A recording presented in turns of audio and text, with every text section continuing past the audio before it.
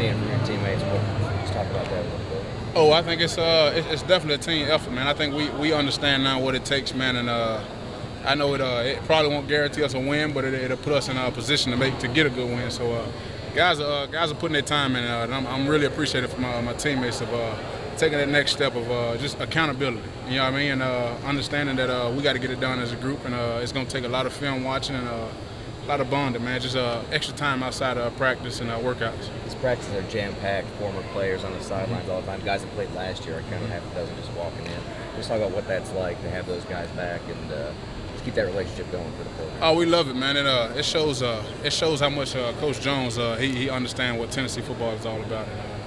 It's all about getting those guys back that was here, and like I said, it gives us an extra boost, man, to see those guys on the sideline, and I know that those guys are watching because we're wearing the jersey numbers, and those guys are great. So you know what I mean? We put that extra effort forward in when those guys are out here. Appreciate it. Yes, sir. How different is the pace of practice these days? That offense is going fast.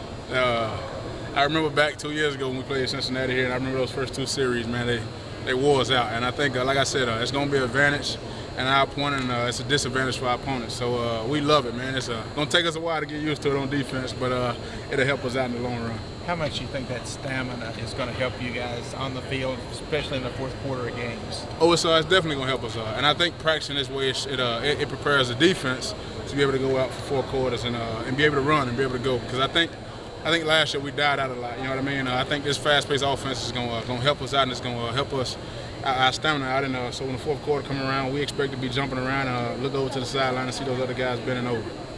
You notice any difference in the offensive linemen now that they've lost some weight? They're moving. They always been pretty good, but our job is to go out there and challenge those guys. So I never tell them that, but it's a blessing, man, to be able to go against guys like Stone and Zach Fulton. You know what I mean? Those guys, they go hard every play, so you know the expectation when you get out there.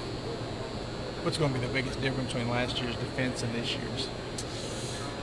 I think we're hungry, man. I think, like I said, I think we're about tired of talking about it, and I think we're about ready to go out and do something about it, man. And like I said, we got a lot of seniors this year, and we've had some hardships here, but I think it's going to help us out in the long run. I think we're hungry. That's the only word I can come up with, hungry. Were you shocked at the way the defense played last year? I was because as a player, man, especially here at the University of Tennessee, you know what great defense is. You've seen it, you know what I mean? So when you get out here and you finish like that, it's disappointing. But like I said, man, last year is last year. And I think we're wiping it away. I think we know we can be a good defense, a great defense, especially with this coaching staff. So we're looking forward to it, man. Our expectations are high, like they always are. But I think this coaching staff, I think they're going to make sure we get there. Did you have high expectations for the defense going into last year with the new scheme? Did you see signs in practice where you thought you might be pretty good? Oh yeah. Oh yeah. We had high expectations. If you don't have high expectations every year, then you don't deserve to be out there. So I think it's no different. I mean, we got high expectations, and like I said, I think this defense is just hungry, man. We're tired of going 5-7, and you got to do something about it. You got a lot of seniors on that defensive line. Do you think that'll be a much improved area? Oh yeah.